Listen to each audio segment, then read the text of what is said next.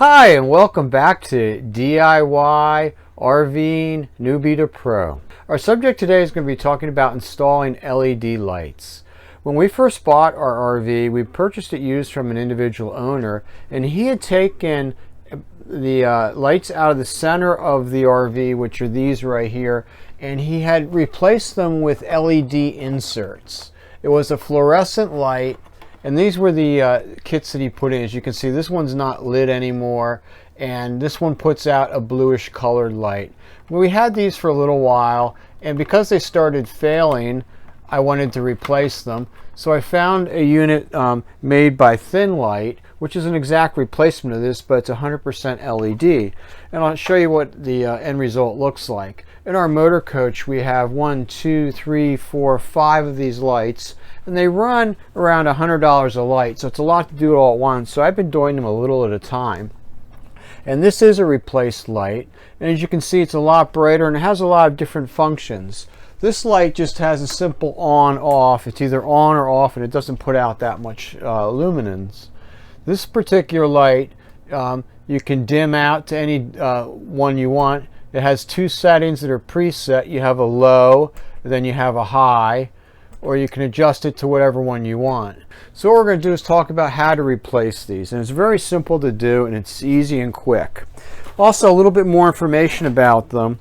On these lights, they're identical as far as how the structure is on them. They have the exact same diffuser. It's just that the LEDs are built into them. It's just not a taped up function, and they're a lot more efficient and a lot brighter, and they're because the technology has changed since the original LED replacement kits came out. But these lights, the new LEDs, just give you a difference between fluorescent and LED. The LED operates on 14.4 watts, where a typical fluorescent light fixture here would be 30 watts. So it's half the wattage. There's still a 12-volt light, so keep that in mind. It's not a 120-volt light. It's a 12-volt light using half of the wattage. So that means it's going to save your battery system, your house batteries, and use a lot less electricity if you're on solar or so forth. And as far as the amps are about half the draw too. It's 1.25 amps versus the fluorescent, which is 2.2 amps. And the lumens, the low is 720 lumens versus, and the high is 2800 lumens versus a fluorescent, which is 1650. So when you have them both on full power, you're getting a lot more light out of the LEDs, and the average life span of them is substantially more. This is rated at 100,000 hours, where a fluorescent is rated at 5,000 hours. So all in all, it's a lot more efficient light, uses less electricity, but they are a lot more expensive. The replacement fluorescent light runs around $40, and as I said, the LED equivalent is around $100. We did replace a lot of the lights in the RV already. The lights originally underneath the cabinetry were halogen bulbs, and they got really warm and the cabinetry got hot, so I replaced them with a LED puck light, and that worked great. And in the bedrooms, we replaced all of our fixtures, and in the bathroom, we also replaced them with LED fixtures instead of just replacing the bulbs as an actual LED fixture. The first thing I'm going to do is just turn off the electrical switch to the overhead light so the power's not onto it, and then we'll remove this fixture, adjust the wires, show you how to check for polarity, because polarity is very important with LEDs. You have to make sure you have the positive on the positive, negative on the negative. These are protected so it won't mess up the unit. If you do it wrong, it just won't work. So let me go turn the power off. Be right back. These lights are held up by 4 screws that go into the ceiling. So we're just going to remove those with our driver real quick and pull down the light fixture. And we're going to save and reuse the screws, so we don't want to lose them.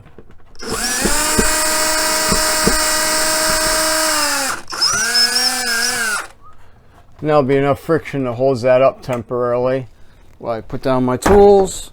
Then we're going to pull it down, and then there's going to be a wire connection inside. It's going to be a quick release, which is right here. So we're just going to quick release that, and the light fixture is removed. That's how simple it comes out. I'm not going to save these. I'm going to throw it out, but I will save the light fixture cover, the grill, just in case I happen to break one and I have a spare. But these I'll just discard because they're useless at this point. Now on here, this is where your power comes in, and you're going to have 2 terminals. We're going to save these terminals And we're going to attach it to the wire connections on this side so we can just plug the light in and take it out very easily. So first step is we're going to take this and just cut it with our wire cutters.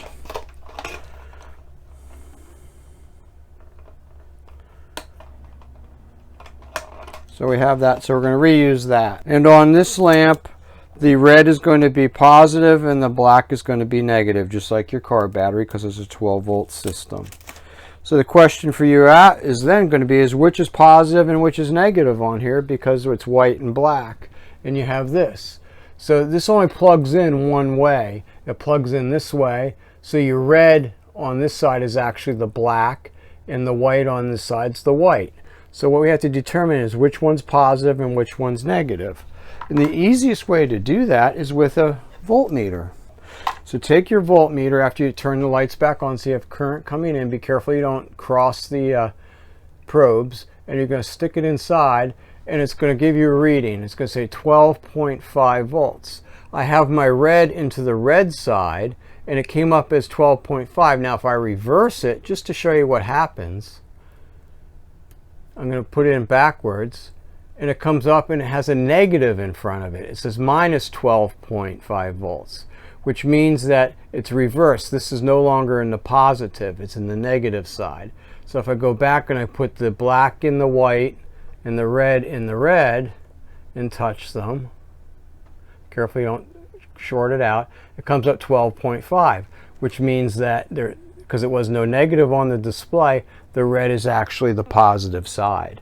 So we know how to wire it now. So we have the positive to the positive.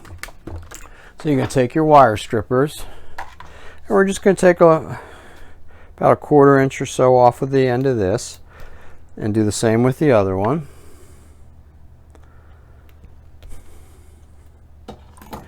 And I use a butt connector, they call them, which is a crimp connection.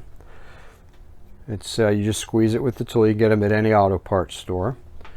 And you're going to take your tool and you're going to put it on the red, and you're just going to squeeze that down, and that'll hold it on the wire. And give it a test, make sure it doesn't come off. And we're going to do the same with this one. Take it and squeeze it down.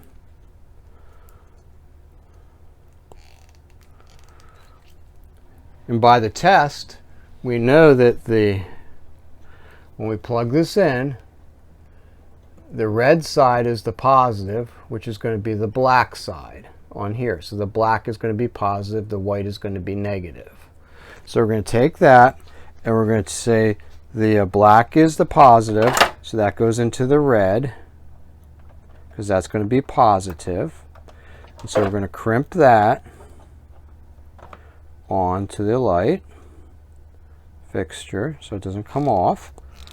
We just crimp that down, and we're going to crimp the negative into there like this. So the wires are kind of backwards of what you'd think they would be, because you think you'd match the black to the black, but that doesn't work in this case. And so now you have your connectors all done for your lamp, so that when we connect the lamp in, it will light up. So what I'm going to do real quick is just turn the power off again. Okay, now that I have the light switch off, I'm going to mount this so that all my switches are facing the same way as the other lights, and the switch is on to my left, so the light will go up this way.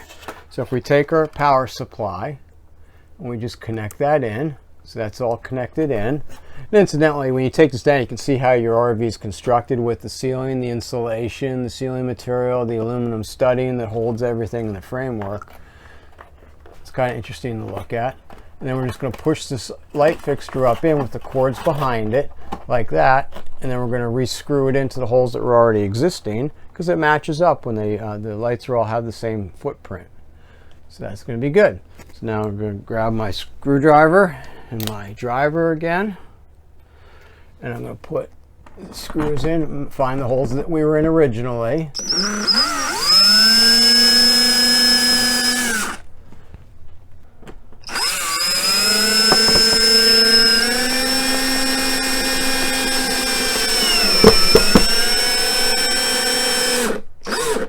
I didn't line up the hole, but I made a new hole with the self-tapping. Okay, I'm going to go put the power back on, and we can test the light to see if it works before we go any further. So I put the power on and the light came on, and we can dim it down. We have the low, we have the high, and we have the off. Okay, now that I have all 4 screws in, I'm going to put my diffuser back on. There's a little track here that there's a little indentation you put in, and then you squeeze the other side and push it beyond that indentation, and then that's in just as it should be. I'm going to set this as the other lights are on low, and we're all set, good to go. Now that you saw how simple it is to replace the LEDs, it makes as I said, the electrical consumption almost 50% less, which is a great plus. It gives you better lighting and better control. If you liked our video, please remember to down below hit the like button and subscribe to us. And the reason why you should subscribe to us is you never know what we're going to get into. And we like to share our experiences with you to make your RVing life easier, better, and more cost effective. Thanks for watching, and we'll see you next time. Bye.